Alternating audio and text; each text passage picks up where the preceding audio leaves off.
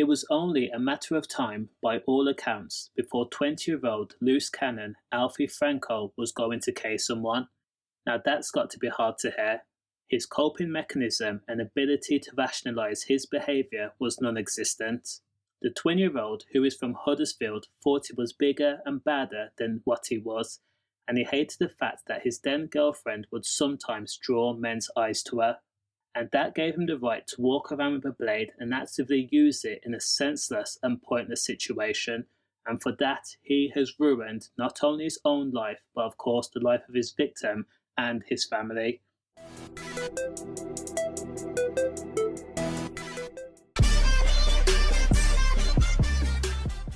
On the 3rd of April, 20-year-old Alfie Franco had walked through Ramsden Street in the town centre, where he ate an ice cream and was linking arms with his then girlfriend. On that day, Alfie was already on edge for the simple fact that either earlier on in that day or the night before, he had consumed a concoction of Class A and B, which included white, codeine, diazepam, and ket, among other substances, and he had been going to the shop to buy eyelash glue of all things after he and his girlfriend made the trip to their scheduled job centre appointment. The victim was only 16 years old, and he was called Ahmed Madoud Al-Ibrahim, and he had only been in the UK for roughly 2 weeks. He was still learning the language, and he was still getting familiar to Huddersfield and his local surrounding. He had not been able to call Huddersfield his home yet. Let that sink in. Now, Ahmed, who was with a friend, had made contact with Alfie's then girlfriend as the two people brushed past each other. Now, according to the video, some people class it as the slightest of touches, some other people say it was intentional. Alfie Franco, as a notoriously jealous man, had seen the contact made between a 16-year-old Ahmed and his girlfriend, and then Alfie immediately turned round and was already angry. Not letting the situation slide, Alfie Franco shouted for Ahmed to come back. Sadly, Ahmed Madoud Al-Ibrahim listened to Alfie, and Ahmed closed the distance between himself and Alfie. Now by this time, Alfie had already reached into the pocket of his joggers, pulled out his flick blade, and then opened it. And then Alfie lunged forward, the point making contact with Ahmed's neck. To be honest, that movement was so fast and so forceful that it went in 6 centimetres. It made ribbons of windpipe and jugular. The action was quick, precise, and deliberate. And there was no time for Ahmed to retreat, really, put up his hands in protective mode, or even try to talk through the incident, though he did stagger a few feet. This happened in front of shoppers and in broad daylight, with over 24 people as witnesses. While people tried to save Ahmed, Alfie Franco and his girlfriend then left the scene. After the blading, Alfie Franco made his way back home and then went through the motions of what he had just done. Alfie immediately told himself that this had to be self-defense and it would be okay because it's not like anyone died. Now, after convincing himself his actions were justified, Alfie then handed himself into the police station.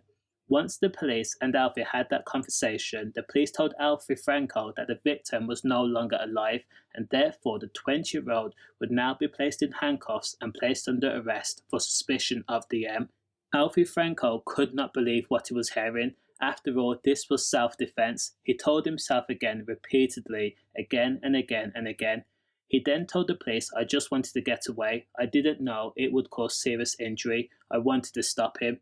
Now, Alfie Franco and his defence team attempted to paint Alfie as a victim, as a person whom had just made a few costly mistakes, but showed there was no intent to kill another person, yet alone a teenager whom had chosen to come to the UK because he and his family believed in the value of human rights and safety and dignity.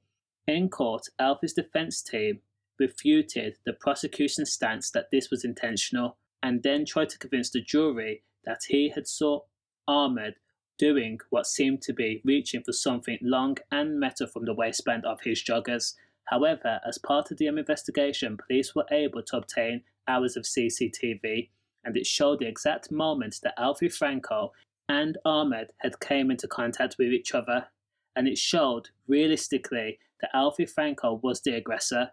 He was the one that called Ahmed back, and Ahmed listened to him. It was also Alfie Franco that had taken with him, for whatever reason, a blade, and it was taken out of his pocket and then used soon as Ahmed came face to face with him. Ahmed was not armed. Now, as the judge explained, Ahmed was completely innocent, so the fact that Alfie tried to paint a 16-year-old as standoffish or a teenager looking for a brawl, it was a complete lie and unimaginable. This was not a mistake. And at Leeds Crown Court, the jury was told that Alfie had previously been charged with possession of a blade on a previous occasion, and an analysis of his mobile phone and a search of his home showed that Alfie was a man who collected blades and often posed with objects and then showed them off to his friends. Now again, that was discussed in court, and Alfie refuted those claims and told the jury and the judge and his defence team that the reason why he posed with blades and sent them to his friends in conversation because he wanted to act quote-unquote big in front of them. Now in court, it took the jury just 3 hours. That's 227 minutes to find the 20-year-old guilty of the M. The judge told Alfie that he had taken a life for such a pointless reason. Now, so distraught was Ahmed's family over the news that their child, their loved one, had been caged that the court heard that Ahmed's own dad had suffered a heart attack soon after. Now, Alfie Franco, who'd spent part of his life in South Africa before returning to the UK when he was 13 years old, was jailed for life. Of course, that came as a surprise to Alfie. The judge also told Alfie Franco that the minimum term would be set at 23 years. Of course, it goes without saying, but Alfie Franco and his then girlfriend are no longer together. All Alfie had to do was walk away, go back home or get the glue and help his girlfriend put her eyelashes in. That would have been the end of the situation. Sure, he would have been peed off or angry, or him and his girlfriend would have had a little tiff, but that would have been the end of it. He would not have pulled out his blade, and he would not have caged a 16-year-old who had only been in the UK for roughly 2 weeks. Does the crime match the sentence? Let me know your thoughts in the comments. Stay safe.